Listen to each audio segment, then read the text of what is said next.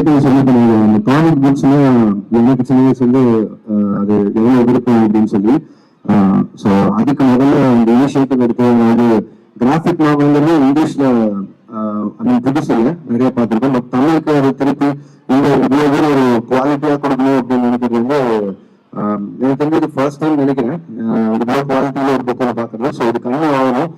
ஏன்னா எனக்கு ஞாபகத்தில் இருக்கும்போது நான் பார்த்துட்டு ஒரே கிராஃபிக் நாவல் அப்போ வந்து ராணி காமிக்ஸ் நினைக்கிறேன் இரும்பு கை அப்படின்னு சொல்லி ஒரு புக் வரும். அண்ட் அதுக்கப்புறம்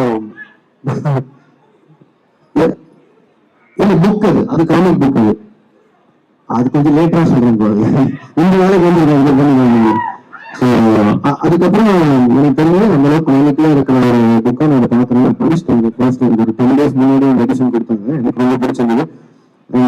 அந்த காமிக் புக்கோட இன்ஸ்பிரேஷன் ஃபிலிம்ஸ் கூட நான் சொல்லுவேன். ஏன்னா நீங்க ஃபிலிம் பண்ணும்போது ப்ரீ ப்ரொடக்ஷன்ல ஷூட் போறதுக்கு முன்னாடி முக்கியமா பண்றது ஷார்ட் டிவிஷன். அந்த ஸ்டோரி போர்ட் பண்றதுக்கெல்லாம் வந்து ஆல்மோஸ்ட் அது ஒரு காமிக் கைண்ட் ஆஃப் ஒரு விஷயம் தான். ஸோ அதுக்கெல்லாம் இது பயங்கரமா ஹெல்ப் பண்ணுது.